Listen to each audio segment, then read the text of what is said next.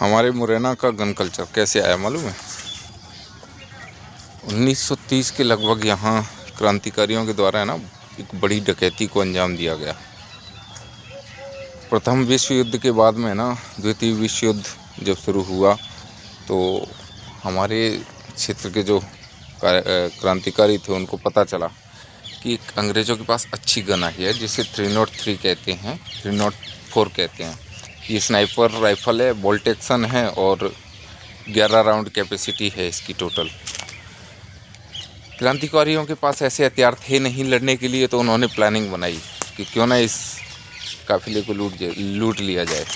और उस वक्त जो है इंजन का आविष्कार हुआ था लेकिन बहुत कम था, तो ज़्यादातर घोड़ा गाड़ी, बैलगाड़ी वगैरह वगैरह ऐसे ही साधन यूज़ किए जाते थे, क्योंकि शुरुआत हो रही थी उस वक्त, तरक्की कर रहा था विश्व, नए नए आविष्कार हो रहे थे देश में।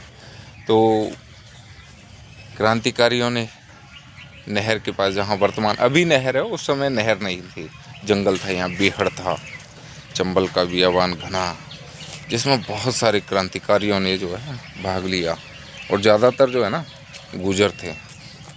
8-9 मेरे रिश्तेदार थे, बुजुर्ग थे, आज वो इस दुनिया में नहीं है। लेकिन बुरी बात ये है कि उनका नाम भी सरकारी रिकॉर्डों में जो है, सरकारी रिकॉर्डों में दर्ज है, लेकिन आतंकवादी, गुंडा और लोकतंत्र को, वो उस समय उनकी एक डेमोक्रेसी सरकार बनाई थी अंग्रेज़ों ने, उसको न मानने वाला, हुकूमत को न मानने वाला, उसे डकैत कहा जाएगा। तो वो लोग डकैत के नाम से दर्ज हैं। यहाँ पर जो है 638 बंदूकें लगभग जो है क्रांतिकारियों के हाथ लगी, जो कि देश के विभिन्न विभिन्न हिस्सों में जो है क्रांतिकारियों तक गईं। वो 303 दक्षिण भारत में भी बहुत सारी 6-7 गईं, जिनका किस्सा कि मेरे पूर्वजों की जुबानी रहा, वो मुझे सुनाया करते थे और मुझे भी मज़ा आता था, क्योंकि मैं खुद गरम दल का नेता।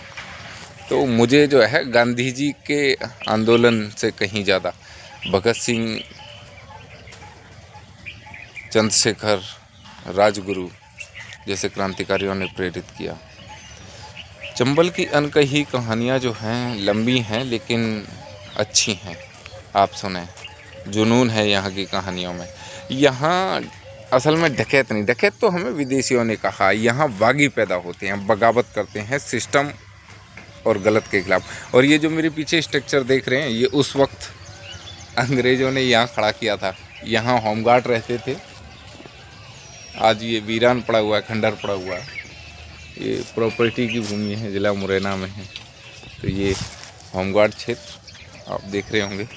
यहाँ पास में ही जो है मेरा मकान है, यहीं मेरे रिश्तेदारों के हैं चारों तरफ। ये पूरी कॉलोनी है अंदर। तो